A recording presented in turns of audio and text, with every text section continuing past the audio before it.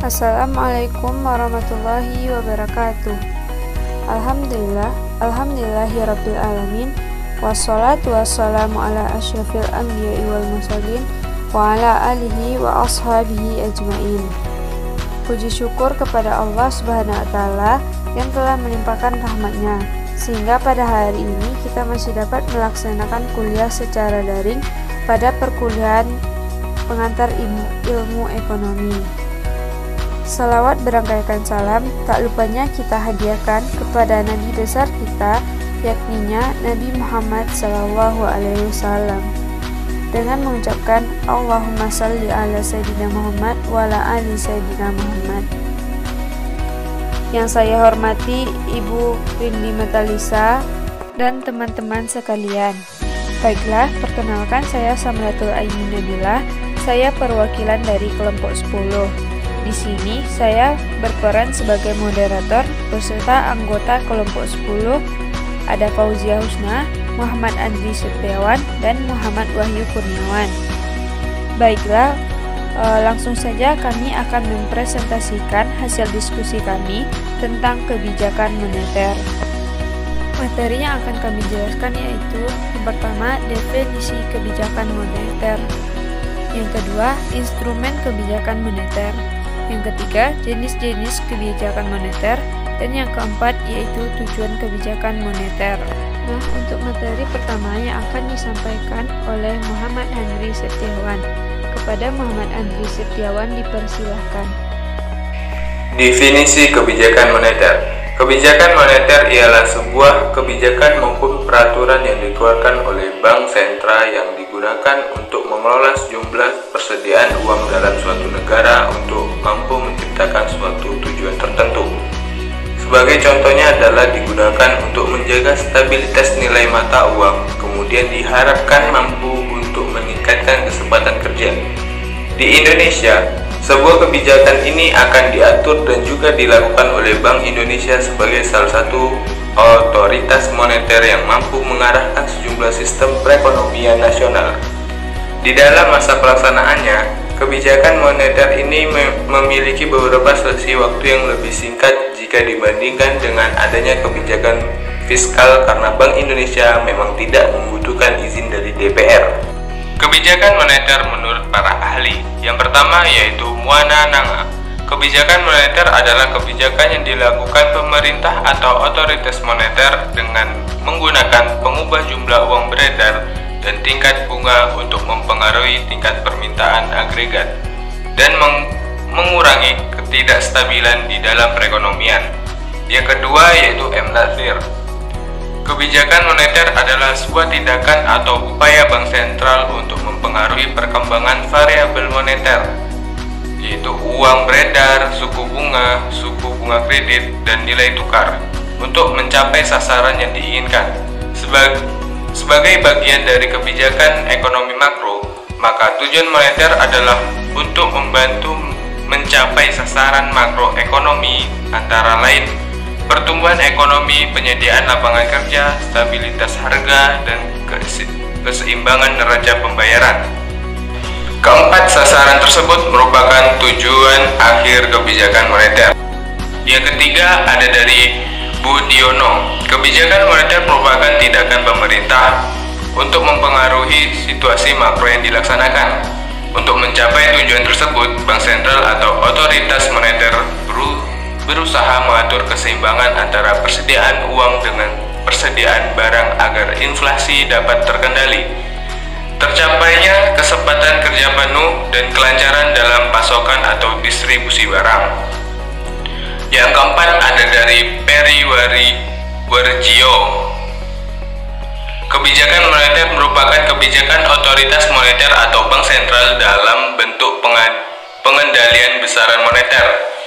Untuk mencapai perkembangan kegiatan perekonomian yang diinginkan, kebijakan moneter merupakan bagian integral kebijakan ekonomi makro yang dilakukan dengan mempertimbangkan siklus kegiatan ekonomi, sifat perekonomian suatu negara, serta faktor-faktor fundamental ekonomi lainnya. Selanjutnya, instrumen kebijakan moneter yang akan disampaikan oleh Fauzia Husna. Kepada Fauzia Husna dipersilakan. Baiklah, materi selanjutnya yaitu kebijakan moneter. Instrumen kebijakan moneter merupakan alat-alat atau media pengendali operasi moneter yang dimiliki dan dapat digunakan oleh bank sentral untuk mempengaruhi sasaran operasional dan sasaran akhir yang telah ditetapkan oleh bank sentral atau pemerintah. Kebijakan moneter dapat dilakukan dengan menjalankan instrumen kebijakan moneter. Tujuannya mengatur jumlah uang yang beredar demi terjaganya stabilitas harga, baik instrumen langsung maupun tidak langsung. Ada beberapa instrumen utama. Yang pertama ada operasi pasar terbuka. Operasi pasar terbuka merupakan salah satu instrumen kebijakan moneter tidak langsung yang sangat penting karena sifatnya sangat fleksibel dibandingkan dengan instrumen lainnya. Operasi pasar terbuka dilakukan oleh pemerintah untuk mengendalikan jumlah uang yang beredar dengan menjual atau membeli sertifikat Bank Indonesia atau SBI atau surat berharga pasar uang atau SBPU. Kedua ada fasilitas diskonto. Fasilitas diskonto adalah tingkat bunga yang ditetapkan pemerintah pada bank-bank umum yang meminjam uang kepada bank sentral. Ketika bank-bank umum mengalami kondisi yang mengharuskan mereka untuk meminjam uang ke bank sentral, pemerintah dapat menggunakan kesempatan ini untuk mengatur jumlah uang yang beredar. Jika pemerintah ingin menambah jumlah uang yang beredar, maka pemerintah akan menurunkan tingkat suku bunga pinjaman atau diskonto.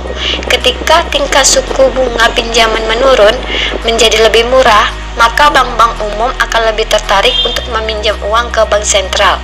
Sebaliknya, ketika pemerintah ingin mengurangi jumlah uang yang beredar, maka pemerintah akan menaikkan tingkat suku bunga.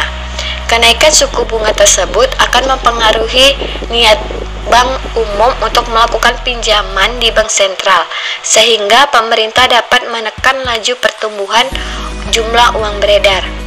Ya, ada rasio cadangan wajib. Penetapan rasio cadangan wajib juga dapat mengubah jumlah uang yang beredar. Jika rasio cadangan wajib diperbesar, maka kemampuan bank memberikan kredit akan lebih kecil dibandingkan sebelumnya. Ketika minimum cadangan wajib tersebut berkurang, maka bank memiliki lebih banyak uang yang dapat diedarkan di masyarakat melalui pinjaman. Sebaliknya, jika pemerintah ingin mengurangi jumlah uang yang beredar, maka pemerintah dapat menambah jumlah minimum cadangan wajib bank, sehingga memiliki uang yang lebih sedikit untuk diedarkan. Yang keempat ada himbauan moral. Instrumen kebijakan moneter berupa himbauan moral dapat dilakukan oleh bank sentral untuk mengontrol jumlah uang yang beredar melalui berbagai hal. Bank sentral dapat menghimbau bank-bank umum untuk menurunkan atau menaikkan suku bunga pinjamannya. Sekian materi saya, terima kasih. Selanjutnya, jenis-jenis kebijakan moneter yang akan disampaikan oleh saya sendiri. Selanjutnya, jenis-jenis kebijakan moneter. Ada dua jenis kebijakan moneter yang dapat diambil sebagai langkah untuk mempengaruhi jumlah uang yang beredar, yaitu yang pertama, kebijakan moneter ekspansif. Kebijakan moneter ekspansif sering disebut kebijakan uang longgar. Ialah kebijakan yang mengatur jumlah uang yang dipasok dalam perekonomian. Caranya dengan menurunkan suku bunga, membeli sekuritas pemerintah oleh bank sentral, dan menurunkan persyaratan cadangan untuk bank. Kebijakan ekspansif juga akan menurunkan tingkat pengangguran dan merangsang aktivitas bisnis atau kegiatan belanja konsumen. Tujuan dari kebijakan moneter ekspansif adalah meningkatkan pertumbuhan ekonomi dengan risiko inflasi akan semakin tinggi. Kebijakan moneter ekspansif utamanya melakukan penambahan uang yang beredar dalam masyarakat agar roda perekonomian semakin berjalan cepat. Kebijakan ini mampu meningkatkan daya beli atau permintaan masyarakat dan mengurangi jumlah pengangguran pada saat perekonomian mengalami resesi atau depresi. Yang kedua yaitu kebijakan moneter kontraktif. Kebijakan moneter kontraktif adalah suatu kebijakan dalam rangka mengurangi jumlah uang yang beredar. Kebijakan ini dilakukan pada saat perekonomian mengalami inflasi. disebut juga dengan kebijakan uang ketat. Kebijakan moneter kontraktif yang disebut kebijakan uang ketat ialah kebijakan mengurangi jumlah uang yang beredar. Tujuan utama dari kebijakan ini adalah menurunkan tingkat inflasi. Tujuan kebijakan moneter kontraktif adalah mengurangi jumlah uang beredar dalam perekonomian. Tujuan tersebut dapat dicapai dengan meningkatkan suku bunga, menjual obligasi pemerintah, dan menaikkan persyaratan cadangan untuk bank.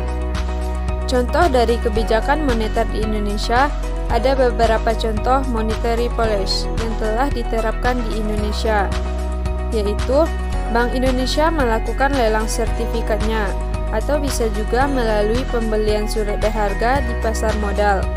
Bank Indonesia dapat menurunkan suku bunga jika kondisi ekonomi sesuai dengan ekspektasi. Sebaliknya, Bank Indonesia bisa menaikkan suku bunga bila ingin membatasi aktivitas ekonomi sehingga aliran uang berkurang. Selanjutnya, tujuan kebijakan moneter yang akan disampaikan oleh Muhammad Wahyu Kurniawan. Kepada Muhammad Wahyu Kurniawan dipersilahkan. Adapun materi yang terakhir itu tujuan kebijakan moneter. Tujuan kebijakan moneter, Bank Indonesia memiliki tujuan mencapai untuk memelihara kestabilitasan nilai rupiah. Tujuan ini sebagaimana tercantum dalam Undang-Undang Nomor 3 Tahun 2004 Pasal 7 tentang Bank Indonesia. Hal yang dimaksud dengan kestabilan nilai rupiah antara lain kestabilan terhadap harga-harga barang dan jasa yang tercermin pada inflasi. Maka tujuan kebijakan moneter diantaranya yang pertama itu ada stabilitas ekonomi, yang mana stabilitas ekonomi ini adalah suatu keadaan di mana pertumbuhan ekonomi berlangsung secara terkendali dan berkelanjutan. Artinya, pertumbuhan arus barang atau jasa dan arus uang berjalan seimbang. Yang kedua itu ada kesempatan kerja, yang mana kesempatan kerja ini akan meningkatkan bila produksi meningkat. Peningkatan produksi biasanya diikuti dengan perbaikan nasib para karyawan ditinjau dari segi upah maupun keselamatan kerja. Perbaikan upah dan keselamatan kerja akan meningkatkan taraf hidup karyawan, pada akhirnya kemakmuran dapat tercapai. Yang ketiga itu ada kestabilan harga. Kestabilan harga ini ditandai dengan stabilitas harga barang dari waktu ke waktu. Harga yang stabil menyebabkan masyarakat percaya bahwa membeli barang pada tingkat harga sekarang sama dengan tingkat harga yang akan datang, atau daya beli uang dari waktu ke waktu adalah sama. Yang keempat itu ada neraca pembayaran internasional.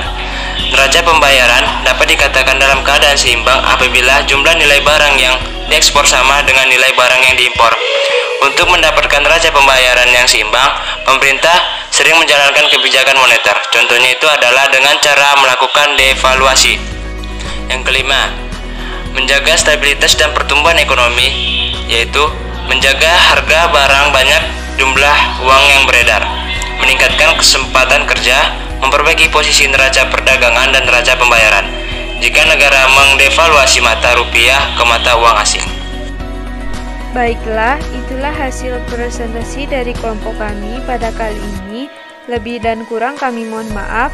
Terima kasih. Assalamualaikum warahmatullahi wabarakatuh.